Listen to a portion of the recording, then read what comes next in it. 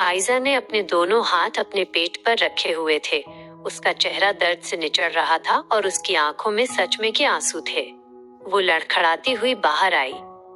Doctor, मेरे पेट में बहुत शदीद दर्द हो रहा है, आयजा ने रुहासी आवाज में कहा, और जैसे ही वो आगे बढ़ी उसका तवाजुन बिगड़ा और वो गिरने लगी। जायान, जो अब तक उसे सिर्फ जिद्दी समझ रहे थे, एकदम अलर्ट हो गए। उन्होंने आगे बढ़कर गिरे बिना आयजा को अपने मजबूत हाथों में थाम लिया। आयजा का सर जायान के चौड़े कंधे से जा टकराया। एक पल के लिए दोनों बहुत करीब थे। जायान को आयजा की तेज चलती हुई सांसें अपने चेहरे पर महसूस हो रही थीं, और आयजा को जायान के परफ्यूम की सहर अंगेज खुशबू ने घेर लिया था। आयजा, क्या हुआ? जायान की आवाज में इस बार रौब की जगह सच्ची तशवीश थी। उन्होंने बड़ी नरमी से उसे उठाकर बेड पर लेटाया। जायान ने फौरन अपना स्टेथोस्कोप निकाला और आयजा के दिल की धड़कन चेक करने के लिए आगे बढ़े। लेकिन जैसे ही उन्होंने स्टेथोस्कोप उसके सीने के करीब किया, उन्होंने देखा कि आयजा की बंद आंखों के कोने से एक शरारती मुस्कुराहट उभर रही थी और उसकी धड़कन बिल्कुल नॉर्मल थी। जायान एक सेकंड में समझ गए कि ये दर्द कैसा था। ये कोई बीमारी नहीं, बल्कि जायान को परेशान करने का एक नया तरीका था। जायान ने अपनी पोजीशन बदली, चेहरे पर दोबारा वही संजीदगी लाई और जूनियर नर्स की तरफ मुड़े। नर्स, पेशेंट की हालत बहुत तशवीशनाक लग रही है। ऐसा लगता है कि इनका अपेंडिक्स फटने वाला है। जल्दी से सर्जन को फोन करो और ऑपरेशन थिएटर तैयार करवाओ। हमें अभी इनका इमरजेंसी ऑपरेशन करना पड़ेगा। जायान ने जानबूझकर इंतहाई खौफनाक आवाज में कहा। क्या ऑपरेशन? सहर उछल पड़ी। ये सुनते ही आयजा की आंखें पट से खुल गईं। ऑपरेशन का नाम सुनकर उसकी सारी अदाकारी हवा हो गई। नहीं, कोई ऑपरेशन नहीं होगा, मैं बिल्कुल ठीक हूँ। आयजा बेड पर सीधी बैठ गई।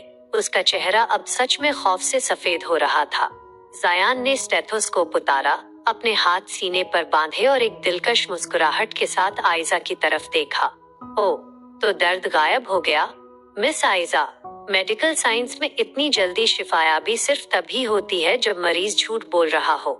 आयजा को समझ आ गया कि वो अपने ही जाल में फंस चुकी है। वो शर्मिंदगी और गुस्से के मारे जायान को देखने लगी।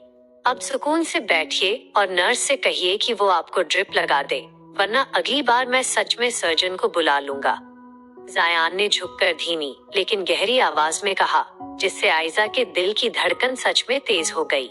जायान मुड़े और कमरे से बाहर निकल गए, लेकिन इस बार जाते हुए उनके चेहरे पर एक सच्ची और वालेहाना मुस्कुराहट थी, जो शायद हॉस्पिटल में किसी ने पहले कभी नहीं देखी थी। डॉक्टर जायान के जाने के बाद कमरे में जैसे एक तूफान थम गया था, लेकिन आयजा के दिल और दिमाग में अब भी हलचल मची हुई थी। नर्स ने खामोशी से ड्रिप लगाई और सहर के साथ बाहर निकल गई। आयजा बेड से टेक लगाए खिड़की से बाहर हॉस्पिटल के लॉन को देख रही थी, जहां रात का अंधेरा और लाइट्स मिलकर एक अजीब सा मंजर पेश कर रही थी। वो खुद को समझता क्या है? हर बार मुझे नीचा दिखा देता है। आयजा ने अपने हाथ पर लगी ड्रिप को देखा। अजीब बात ये थी कि इस बार उसे सुई चुभने का दर्द महसूस ही नहीं हुआ था। उसका ध्यान तो अब भी जायान की उन गहरी आंखों और उस धीमी रौबदार आवाज पर था, जो अब भी उसके कानों में गूंज रही थी। रात के लगभग 12 बज रहे थे। हॉस्पिटल के राहदारियों में मुकम्मल खामोशी थी। सहर सोफे पर गहरी नींद सो चुकी थी। आयजा को ड्रिप की वजह से नींद नहीं आ रही थी और प्यास के मारे उसका गला सूख रहा था। उसने साइड टेबल पर देखा, मगर पानी का जग खाली था। उसने सहर को जगाना चाहा, लेकिन फिर उसकी मासूम शक्ल देखकर इरादा बदल दिया। आयजा ने एहतियात से अपने हाथ में लगी ड्रिप के स्टैंड को पकड़ा और आहिस्ता से बेड से नीचे उतरी। वो खुद पानी लेने के लिए कमरे से बाहर निकल आई। कॉरिडोर की लाइट्स मध्यम थीं और नर्सिंग स्टेशन पर ड्यूटी नर्स फाइल्स में मसरूफ थी। आयजा पानी के कूलर की तरफ बढ़ ही रही थी कि उसे अचानक चक्कर आया। तेज बुखार की कमजोरी और रात की खामोशी ने उसे घबरा दिया। उसका पैर लड़खड़ाया और ड्रिप का लोहे का स्टैंड फर्श पर गिरने ही वाला था कि एक मजबूत और शनासा हाथ ने स्टैंड को हवा में ही थाम लिया और दूसरे हाथ ने आयजा की कमर के गिर्द घेरा डालकर उसे गिरने से बचाया। आयजा ने घबराकर आंखें खोली तो सामने डॉक्टर जायान खड़े थे। उनका व्हाइट कोट अब उनके हाथ में था और उन्होंने आस्तीनें ऊपर चढ़ा रखी थी। उनके चेहरे पर थकान के आसार थे, लेकिन उनकी आंखें अब भी उतनी ही चमकदार और फिक्रमंद थीं। आपको पता है कि आप एक हॉस्पिटल में हैं, किसी पार्क में वॉक नहीं कर रही। जायान ने धीमी, गुस्से और फिक्र से मिली जुली आवाज में कहा। मुझे प्यास लगी थी। आयजा ने पहली बार बिना किसी जिद के एक मासूम बच्चे की तरह सच बोला। उसकी आवाज में आई नरमी ने जायान के सख्त लहजे को पिघला दिया। जायान ने उसे सहारा देकर पास पड़ी बेंच पर बिठाया। वो खुद नर्सिंग स्टेशन गए और पानी का गिलास लाकर आयजा के आगे कर दिया। आयजा ने कांपते हाथों से गिलास पकड़ा और पानी पीने लगी। जायान खामोशी से उसे देखते रहे। उसके चेहरे पर बिखरे बालों को देखकर उनके दिल में एक अजीब सा एहसास जागा। बुखार अभी कम हुआ है, कमजोरी अब भी है, जायान ने गिलास वापस लेते हुए कहा। अब चलिए अपने कमरे में वापस आकर जायान ने आयजा को बेड पर बैठने में मदद की और उसकी ड्रिप को दोबारा सेट किया। सहर अब भी गहरी नींद में थी। आप इतनी रात को यहाँ क्या कर रहे हैं? क्या आप घर नहीं जाते? आयजा ने अचानक पूछ लिया। उसकी आवाज में अब वो पुराना गुस्सा नहीं था, बल्कि एक तजस्सुस था। जायान ने एक लम्हे के लिए रुककर आयजा को देखा, फिर एक हल्की सी मुस्कान के साथ बोले, आज मेरी नाइट ड्यूटी है मिस जिद्दी, और वैसे भी जब तक आप जैसी पेशेंट हॉस्पिटल में हो, मुझे अलर्ट रहना पड़ता है, जाने कब क्या नया ड्रामा शुरू हो जाए। आयजा ने शर्मिंदगी से नजरें झुका ली और कंबल को उंगलियों से मरोड़ने लगी। मैं सच में पेट के दर्द का ड्रामा कर रही थी। I am sorry. जायान ने जब इस मगरूर और जिद्दी लड़की के मुंह से सॉरी सुना तो वो सच में हैरान रह गए।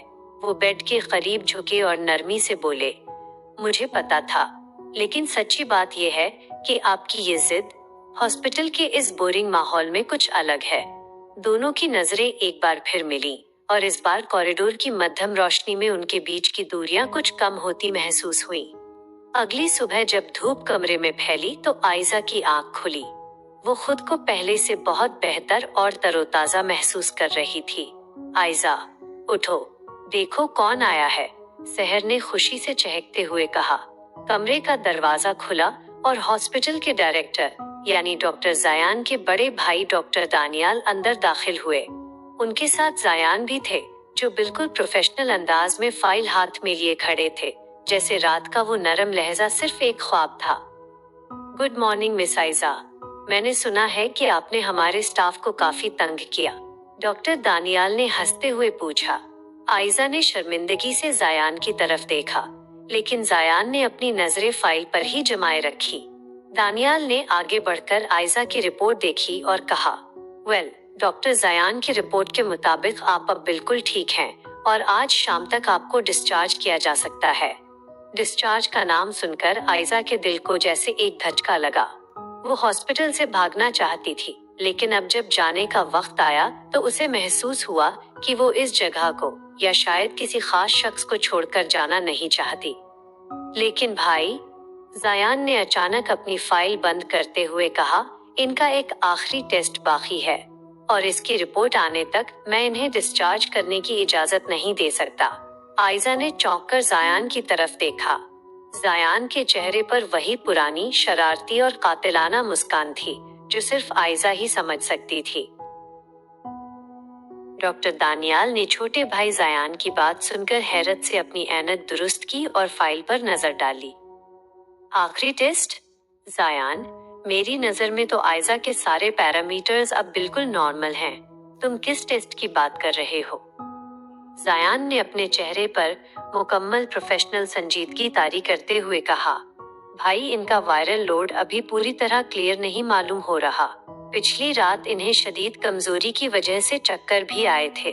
मैं कोई रिस्क नहीं लेना चाहता। हॉस्पिटल की पॉलिसी के मुताबिक 24 घंटे का ऑब्जर्वेशन पीरियड अभी मजीद दरकार है। आयजा ने बेड पर बैठे बैठे जायान को घूरा। वो अच्छी तरह जानती थी कि जायान ये सब जानबूझकर कर रहा है, लेकिन उसके दिल के किसी कोने में इस बात पर एक अजीब सी खुशी भी हुई। डॉक्टर दानियाल ने मुस्कुराते हुए सर हिलाया। ठीक है, अगर अटेंडिंग कंसल्टेंट का यही फैसला है तो मिस आयजा को आज रात यहीं रुकना होगा। जायान, तुम इनका ख्याल रखो। ये कहकर दानियाल कमरे से बाहर निकल गए। जैसे ही डॉक्टर दानियाल और नर्स कमरे से बाहर गए, सहर भी किसी काम से बाहर चली गई। अब कमरे में सिर्फ आयजा और जायान थे। आयजा ने फौरन अपना तकिया सीधा किया और गुस्से से कहा, डॉक्टर जायान, ये क्या बदतमीजी है? मेरा कौन सा टेस्ट बाकी है? मैं बिल्कुल ठीक हूँ और मुझे घर जाना है। जायान ने फाइल को साइड टेबल पर पटक दिया और 2 कदम आगे बढ़कर आयजा के बेड के बिल्कुल करीब आ गए। उन्होंने झुककर आयजा की आंखों में देखा। बदतमीजी नहीं, मिस जिद्दी केयर कहते हैं इसे। और जहाँ तक टेस्ट की बात है तो आपका सब्र का टेस्ट लेना अभी बाकी था। जायान ने धीमी और गहरी आवाज में कहा, आप बहुत चालाक हैं। आयजा ने अपना चेहरा दूसरी तरफ फेर लिया ताकि वो अपनी शर्मिंदगी और दिल की बढ़ती हुई धड़कन को छुपा सके। रात को तो बड़े हमदर्द बन रहे थे और अब फिर से वही हिटलर वाला रूप। जायान के लबों पर एक दिलकश मुस्कान उभरी। रात की बात और थी, मिस आयजा। रात को आप एक मासूम मरीजा थी और इस वक्त आप फिर से वही जिद्दी लड़की बन रही हैं। अब चुपचाप आराम कीजिए। दोपहर का राउंड खत्म करके मैं दोबारा आऊंगा। दोपहर गुजरी और शाम के साए एक बार फिर हॉस्पिटल पर मंडराने लगे। आयजा दिन भर बेड पर लेटे लेटे बोर हो चुकी थी, लेकिन उसकी नजरें बार बार कमरे के दरवाजे पर टिक जाती, जैसे वो किसी के आने का इंतजार कर रही हो। शाम के 6 बजे दरवाजा खुला, लेकिन इस बार जायान नहीं बल्कि एक लंबा सूट पहने हुए लड़का अंदर दाखिल हुआ। ये अरहम था, आयजा का कजिन, जिसका रिश्ता आयजा के घर वाले तय करने का सोच रहे थे, लेकिन आयजा उसे बिल्कुल पसंद नहीं करती थी। अरहम अपनी जात में मगन और कुछ हद से ज्यादा मगरूर इंसान था। ओ माय गॉड आयजा, तुम इस बोरिंग हॉस्पिटल में कैसे रह रही हो? देखो मैं तुम्हारे लिए क्या लाया हूँ। अरहम ने महंगी चॉकलेट्स का डिब्बा बेड पर रखते हुए कहा। मैं ठीक हूँ अरहम, मुझे इन सब की जरूरत नहीं है, आयजा ने बेदिली से कहा।